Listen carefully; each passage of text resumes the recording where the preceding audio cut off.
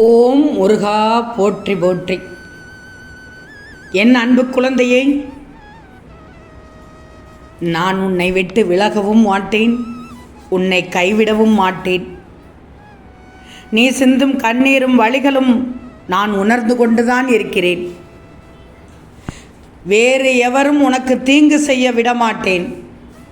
இந்த முருகனின் அனுமதி இல்லாமல் எதுவும் நடக்காது. முருகன் உன்னை பாதுகாப்பேன். உன் வேண்டுதல் வீண் போகவில்லை தங்கமே. அதற்கு பதில்கள் கூடிய விரைவில் வந்து சேரும் என்று சொன்னேன் அல்லவா? அதுவரை உன் பிரார்த்தனையை செய்து கொண்டே இரு என்று சொன்னேன் அல்லவா? இதோ உன் பிரார்த்தனை நிறைவேறியது. 25/4/25 நிச்சயமாக நடந்துவிடும். ஆனந்த கண்ணீரோடு இந்த திருச்செந்தூர் முருகனுக்கு நிச்சயமாக நன்றி சொல்ல வருவாய். நம்பு தங்கமே, உன்னை இப்போது கண்காணித்து கொண்டுதான் வருகிறேன். நிச்சயமாக உன் தேவையை பூர்த்தி செய்து விடுவேன். மனம் தளராது வா. மனம் தளராது உன் வாழ்க்கை பயணத்தில் வெற்றி நடைபோட்டு வா. நிச்சயமாக இந்த திருச்செந்தூர் முருகன் மீது கொண்ட நம்பிக்கை வீண் போகாது.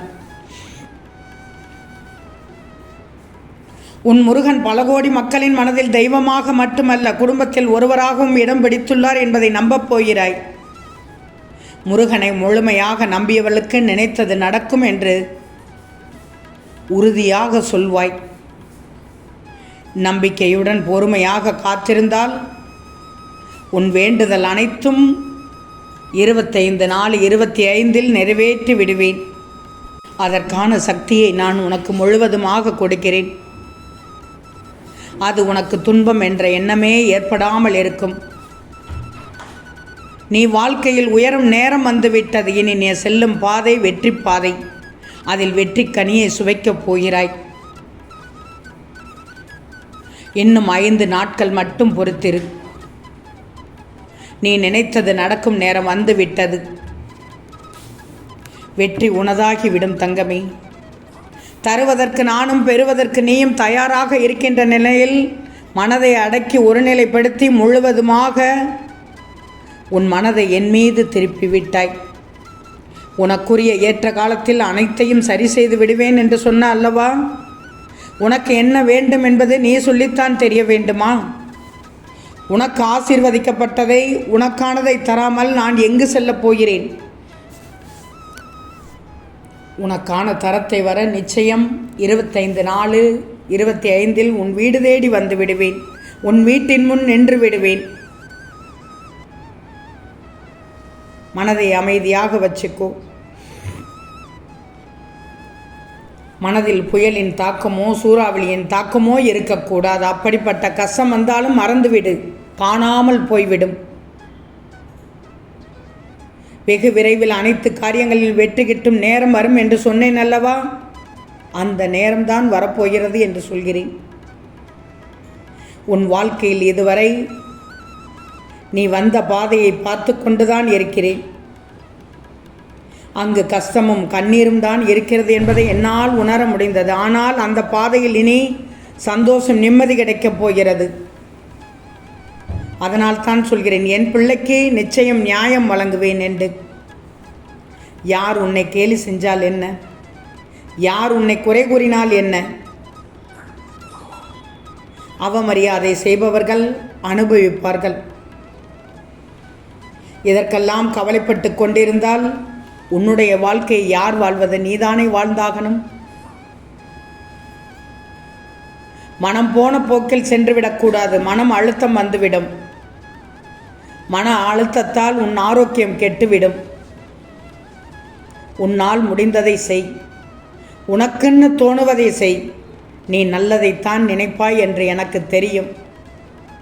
உன் முருகனின் அருளால் உன் குடும்பத்திற்கே நான் ஆசீர்வாதம் செய்கிறேன். கவலையே படாது. எழுந்து கால் ஊன்றி நின்று விட்டாய். பின்னென்ன? உன்னால் முடியும். உன்னால் மட்டும்தான் முடியும். நிச்சயமாக நீ வாழ்க்கையில் சாதித்து காண்பிக்கப் போகிறாய்.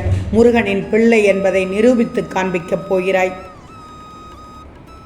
முருகனை நம்பியவர்கள் கைவிடப்படார்.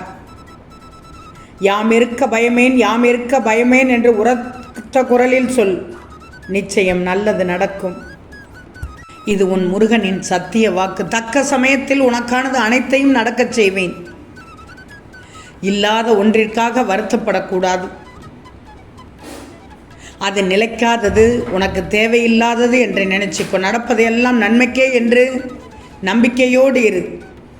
இந்த முருகன் உன்னிடம் பலமுறை கூறிவிட்டேன். ஏன் இதை உன் முருகன் அடிக்கடி சொல்கிறேன் என்றால், உன் வருத்தம் உன்னை தடுமாற வைக்கிறது. இப்போது அந்த தடுமாற்றம்தான் உனக்கு தேவையில்லாத பயத்தையெல்லாம் கொடுத்து கொண்டிருக்கிறது.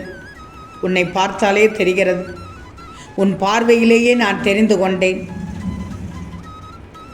மன உளைச்சல்கள் வந்தால் நீ செய்யும் காரியத்தில் வெற்றி எப்படி கிடைக்கும்?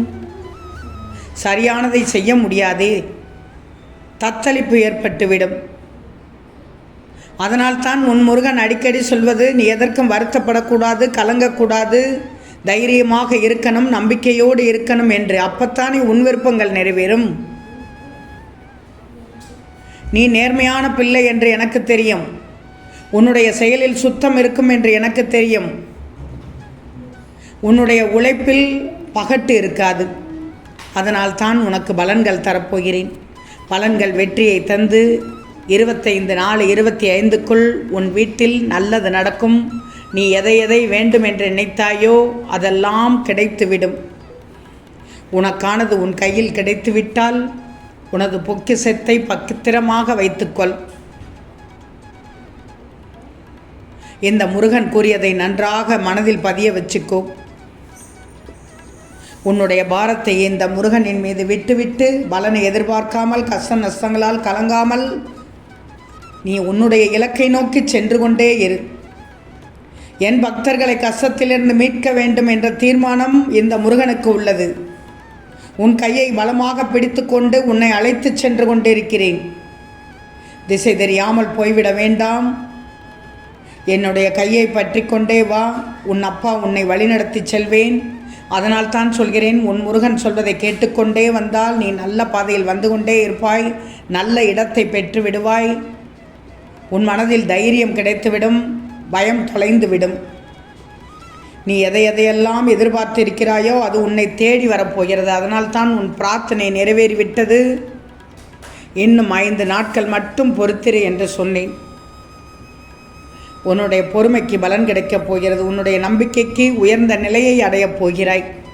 பின்னென்ன தங்கமே, உன் வாழ்க்கை இனிமையாக இருக்கும்.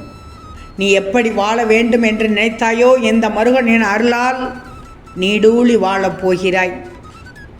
ஓம் முருகா போற்றி போற்றி.